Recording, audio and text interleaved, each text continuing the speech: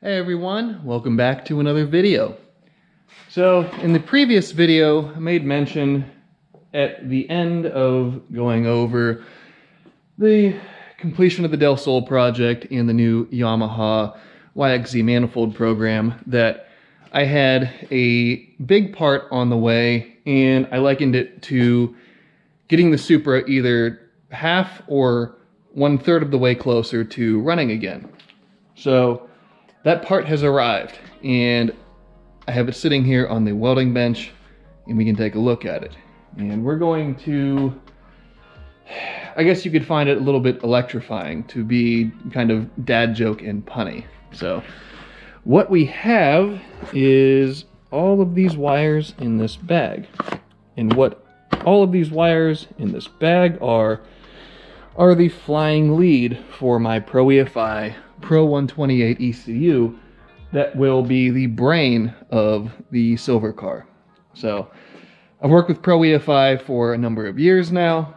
The team over there is wonderful. Jason, Kurt, Sarah, you guys are awesome. Thank you very much for all of your support over this time and being good friends and all of that. So we have this flying lead here, as I am going to attempt to wire this car myself with the house and with trying to do things other than just spending all my money on cars in my free time. I don't have the funds available to send the car out to have it wired, and I kind of want to learn how to do it myself as well, as I've never taken on a wiring project to this degree, but I figured this was the time to give that a shot and see what I can do. Worst case, I'm out a few $100s and I've destroyed this wiring harness, and then I end up having somebody else wire it. But I at least want to give it a shot first, see if I can do it, and kind of test the limits of my abilities, and something that I traditionally have kind of strayed away from a little bit due to, I guess, nothing more than being intimidated by it. But all of that rambling aside, this is the time when I am going to kind of put my chin out and give it a shot and see if I can do it. So for somebody like me who is not a wiring person whatsoever, this flying lead makes it very easy to build a harness from scratch, essentially, or at least to take what they have already done, take this foundational work, and to apply it to your vehicle. So let me go ahead and get this out of the bag, and we can take a little bit better look at it, and I can explain kind of my theory on going with this as opposed to using the plug-in pin kit that I had initially purchased for it.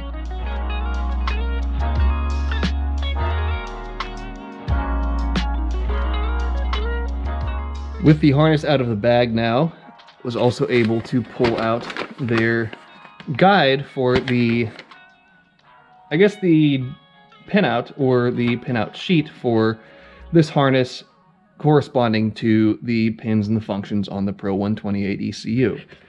Alright, so looking through the pinout sheet a little bit and kind of figuring out how this works, it appears to be as easy as I was hoping it would be. So we have our main relay here, we have all of our ECU plugs, we have this, which I believe is the COM cable for the Pro EFI, or the COM connection for the Pro EFI COM cable kit, and we have, of course, all of the wire. And the wire is all labeled. Like this one here says EST09 on it. So if we take our sheet, we come down and find that pin J2B14 is EST09, which is coil number 9 output. So this at least appears right now to literally be a connect the dots affair, which is exactly what I was hoping for, to allow an idiot like myself to be able to go through and make this harness work. So obviously it is unterminated. This is the beginning of the harness, and wherever the end is somewhere underneath here. I'm not going to unwind all of it right now, as I'm not quite ready to install it and use it in the car just yet, but there's obviously a start point and an end point, and whatever connectors and what have you go in the middle of it, we will figure that out as we go along. So I am thrilled with this, and it is all, let's see if I can find the end of one of the wires. I'm not going to put a whole lot of time into finding them. Yeah, there they are. It is all Tefzel wire as well, so mil-spec wire, and that wire is very nice compared to normal automotive wire, as it's smaller diameter but can still carry the same amount of current as larger wire. So if you use a smaller wire, you decrease the weight of the harness, so on and so forth. Less weight, better for a race car, even though we have put a bunch of weight back on it, putting the factory body panels back on. I digress.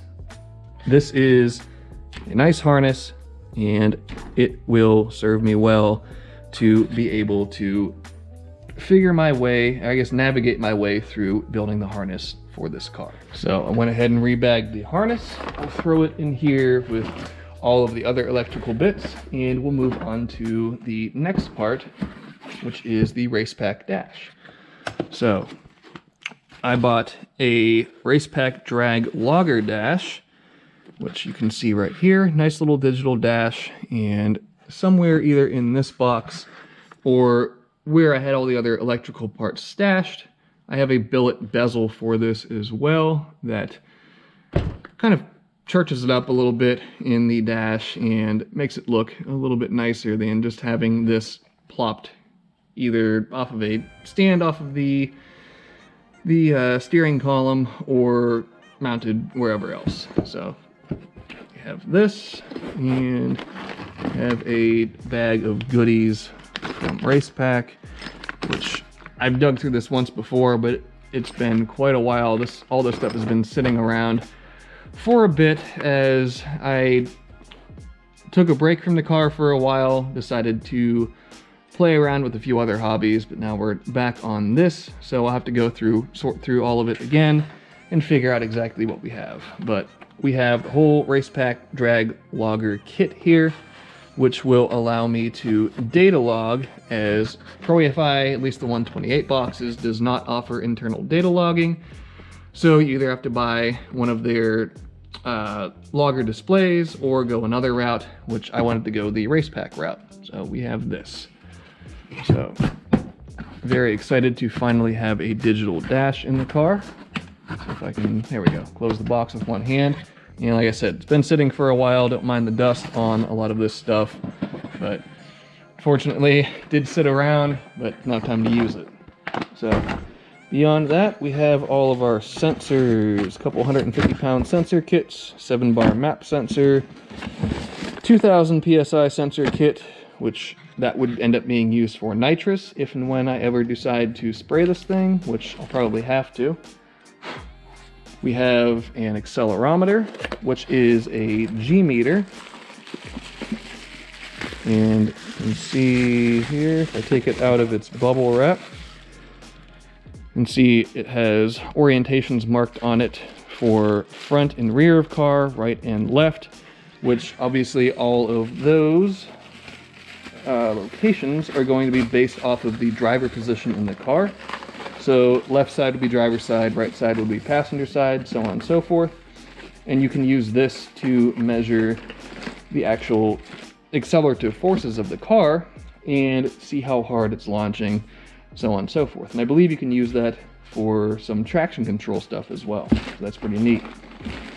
I have a second 7-bar map sensor kit, and the reason I have two of these is for the way that I was planning on doing the boost control system on it. Not sure if I'll still do it in such a manner, but I at least have those two sensors, and we can figure that out when the time comes. What else do we have? We have this Racepak cable, which I believe is their universal communication cable kit, which will be used. The cable is only used when updating firmware. Yeah, okay. miscellaneous Racepak connector, a Racepak cable, and we have, yeah, pretty sure this is the universal comm cable kit for it that will allow it to communicate, it being the Racepak, to communicate with the Pro EFI and display data up on the dash there. So this here is our wideband sensor kit, which I still need to put a wideband bung in the downpipe on the car, but that can happen anytime now. This is the billet bezel that I was talking about. It houses the Racepak, so I guess I can set that here with my Racepak stuff. What else do we have? Extra EGT sensors, as this thing does have individual EGTs on the bottom side of each of the header primaries. So we can use that. What is this? Ah, the comm cable. Yes, this is what we need to use to communicate with the laptop. So this is the actual tuning cable, or their CAN cable as they call it. So we have this side that connects into the harness and therefore into the ECU itself. Then we have this serial to USB adapter, and we have the USB plug that plugs into the laptop and allows you to make any changes that you need to on the ECU. It obviously is a standalone ECU that offers full tuning capability. So happy about that. We have not one, but we have two of these boost control solenoids. Other one is hiding somewhere down in this box. We have Iat sensor. We have second boost control solenoid. And what else do we have? Oh, all the extra coil pack stuff, which I guess it isn't extra stuff as it will be used, but these are the pins and the plugs for those. There's 6 of them. We have, the plug-in pin kit, which this is what I had bought initially before I decided to purchase this flying lead harness. So these are all of the plugs and all of the pins that correspond to the plugs on the Pro EFI ECU. So I won't be using that. I will either keep it around or end up selling it off, either way. And do we have anything else in here? I think that is about it for right now. So I may end up needing to order other sensors and what have you, but at least for the time being, we're good to go on that front. That should be more than enough to get the car, or get the wiring begun on it. Although I will still have to order another relay board and probably some other wire to make the chassis portions of it function, make the windows roll up and down, make all of the lights work, so on and so forth, but that won't be too big of a deal. That should be relatively simple compared to making the engine fire. Under hood, the components that we will need to wire in, we have 6 primary injectors, which are ID 1700s. We have 6 secondary injectors, which are old school Moran billet atomizer 500-pound injectors, which I have the connectors for the ID injectors. I do not have them for the atomizers, and judging by how close the connector is to the side of the fuel rail there, I will either have to machine the fuel rails to, or the lower fuel rail at least, to accept those connectors, or I can pin and pot those connectors, meaning that I will put pins down on the connectors on the injectors, fill them full of what would be Mil-Spec or Motorsports epoxy, run little wires out to something like a 2-pin Deutsch connector for each one of the secondary injectors, and build the harness that way. Haven't decided how I want to do it just yet, but I have options at least. Beyond that, I need to put a bung in the cold side tube here for the Iat sensor, and if you notice, I have the fuel pressure regulator mounted with a simple little bracket that I made that I will have to put the fuel pressure sensor into it, and then this top port, if I remember how Weldon does they do their fuel pressure regulators, that top port should be the boost reference port or the pressure port for it, that will feed it and allow it to do its pressure ratio based off of boost pressure that the engine sees to raise, it's known as a rising rate fuel pressure regulator. So that will take care of that. I obviously have these 6 coil packs on top that need to be wired in. I will have to wire the alternator. I will have to wire the starter. I will have to wire the fan, which that's going to be a little bit interesting. I did not bring it out with the other wiring parts, but I do have a little fan controller and a sensor for that spall fan that needs to be put into the radiator somewhere. And that will control how the fan works. This is a brushless fan, so you can actually pulse width modulate the fan, meaning turn it on, turn it off in whatever frequency you need to control the fan speed. So that will need to be wired in. The one part I won't be able to wire myself is the race grade TC8 on the back of the cylinder head there, as I don't have the necessary crimper to make those little pins, and the pins are absolutely tiny. I won't be able to do that myself, so that part I might have to farm out, but that's not a big deal. I will need to order the electric water pump, figure out a place to put that. We'll have to wire that in, and possibly a scavenge pump for the oil drain if the dry sump pump does not do a good enough job sucking oil out of the outlet of the center cartridge on the turbo. But that's something we can tackle later on if necessary. And almost forgot the last portion of this. I need to put a Hall effect sensor in one of the ports on the front of my mechanical fuel pump bracket there, as that will end up being the cam sensor as opposed to milling into the side of my GE cylinder head and putting a turbo cam sensor in there. So I wanted to do it this way, as say I'm at a race and the cylinder head gets destroyed for whatever reason, say it goes lean, it torches the head, something along those lines, or bends a valve, who knows, whatever the issue may be. In theory, I can take a factory GE head, drop it onto this engine, put the cams in, everything else, provided there is no other damage, and I can make it run on a factory head without having one that the actual head casting has been modified for a turbo cam sensor, which would then mean that I'm kind of stuck with the head, having to get it fixed and what have you. It puts an end to a weekend. So that is the reasoning for that. We'll have to order that sensor.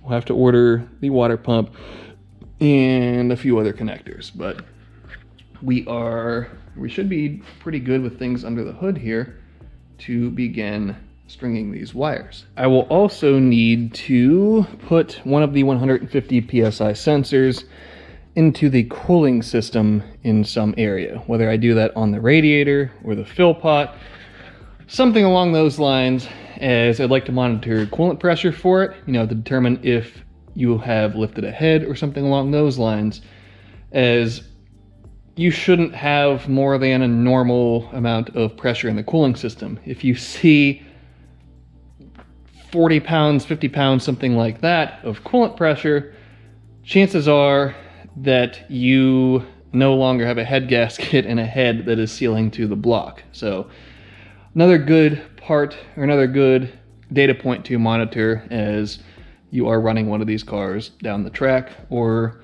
any usage that it is actually under boost and under load. So what I'd like to do now is I'll probably pull the intake manifold off, pull the plug out of the bottom side of the fuel pressure regulator, and I can go ahead and put a couple of these sensors in their respective homes, as there's nothing prohibiting me from doing that right now. And nice, quick, easy little job. And get a few things out of that box over there, give me an idea of where some of these wires are going to run, and above all, I kind of just want to see what the sensors look like in the engine bay. So let me get some tools together and we can get started with the disassembly, or minor disassembly, to put these sensors in their places.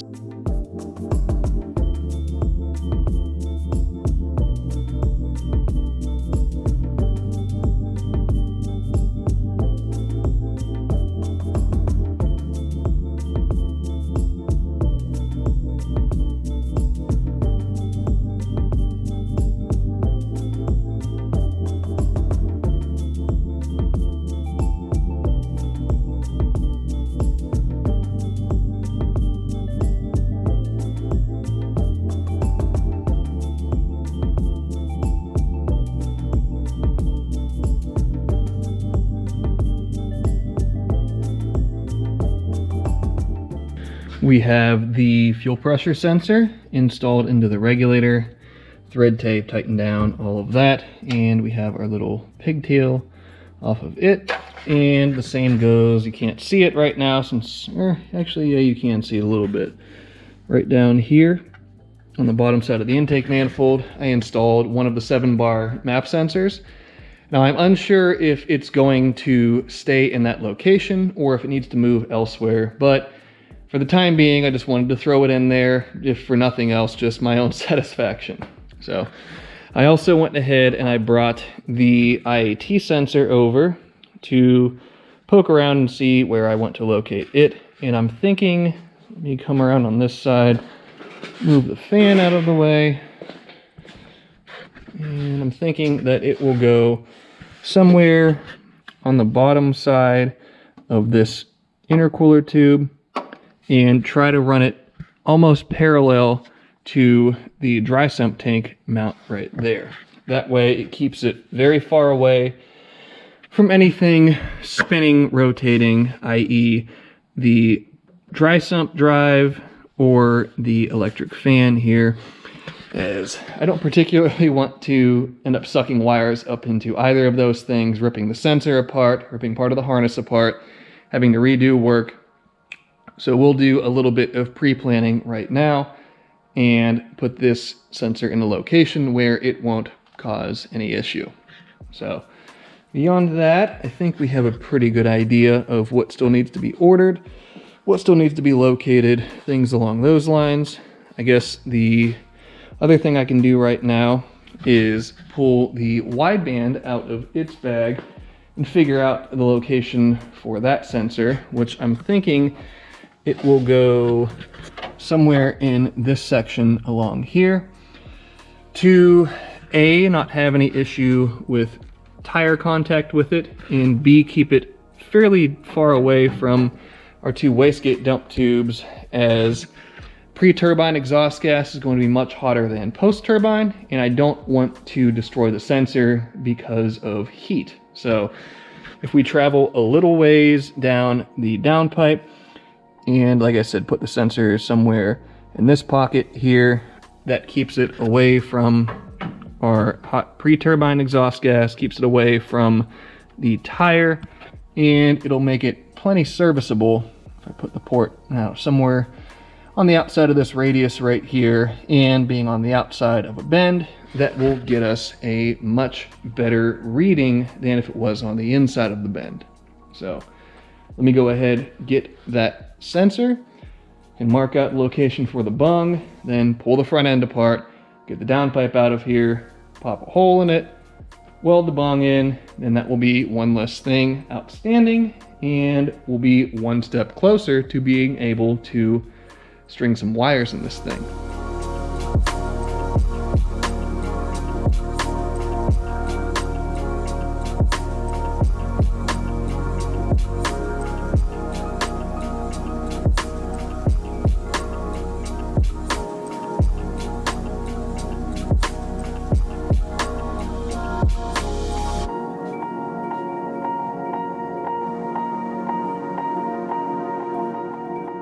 Went ahead and just pulled the downpipe out of the silver car, but I just remembered a little tidbit that will disallow me from putting the O2 bung in right now, and that is I have no drill here and I have no batteries for said drill.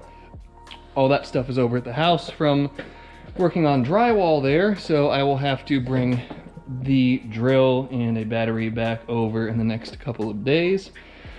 And then I can punch the hole. You can see, and you saw in the clip when I was actually marking these out, my initial position, then I repositioned it to right here to keep the O2 sensor a little bit farther away from the alternator, as I'm not sure how big of a problem EMI would be with an alternator, or with an O2 sensor rather, but I will err on the side of caution and keep the sensor a little bit farther away from the alternator, so that way we don't have any errant O2 readings and end up having the car tuned in a funky fashion that actually isn't how it needs to be tuned. So now that we have the front end off, we can take a look again at all of the aluminum and tube work here. I still need to rebuild this intercooler tube as right up on the radiator, as we saw there, but that will be a job for when I get a couple of tight radius elbows in, and I just don't have those quite yet. So that is not a huge concern right now. I can do that. I can build that tube whenever. Just have to scavenge the two Wiggins flanges off of this tube, but not a big deal. The other thing that I would like to address in the near future is my little notch I had to take out of this support tube to clear the downpipe. So I just have to get a piece of sheet metal and a piece of paper to draft out the shape of this, cut the template out of the paper, then cut that template out of a piece of steel, and I can put a little patch in there, so that way we're not relying on just half of this piece of tubing to hold the turbo up. We will have this capped back off and it will be strong again. But that is, again, a job for another day, because I have a few other things I have to get done here today that do not involve working on the silver car. Another quick order of business on the business side of the house centralizes around these two guys, which, if you can see engraved onto them, it says SR20. So yes, I will be entering the Nissan market now with two SR20 manifolds. I'll be offering a factory replacement manifold as well as a T3 top mount manifold, like a ram horn style, as has become commonplace in the SR20 manifold market. So the factory replacement manifold fixture is done for that. I just have to reconfigure it to fit 1¼ pipe as opposed to 1.5, how I built the initial prototype. And the T3 top mount, that will be a whole new manifold program that I'll be starting from scratch on very shortly. So those two manifolds, and I'm planning on another 2JZ GE manifold, will be released, I'm hoping, around Black Friday time. Have a couple of new product releases and be able to get those on sale with my singular annual sale. I only run one a year, and it's Black Friday time. Typically offer some pretty decent savings on my products, as well as offering little incentive packages with free exhaust manifold studs and so on and so forth. Usually try to cook up something decent for you guys. But those manifolds are all in the pipeline, and you have those to look forward to for the Nissan crowd and the Toyota crowd in the very near future. So with all that being said, and in this absolutely action-packed video, I know, I'm sure you guys are sick of listening to me drone on for 10, 15, 20 minutes, however long this video ends up being, but it was all necessary to get to the point and to explain the, what's the word I'm looking for? Explain the context of what is going on with the silver car, rather than just having a wiring harness appear in it and going, oh, look, I made a wiring harness. But take you guys through that whole process, as I'll be learning at the same time that I'm doing it. Maybe you guys can learn something, maybe something to do or something to not do if I end up screwing it up. But we'll cross that bridge before too long and have one more big item checked off the list to make that car live, run, breathe again. So that's going to wrap it up for this video. So as always, be sure to subscribe, leave a like, leave a comment, and I'll see you guys in the next one.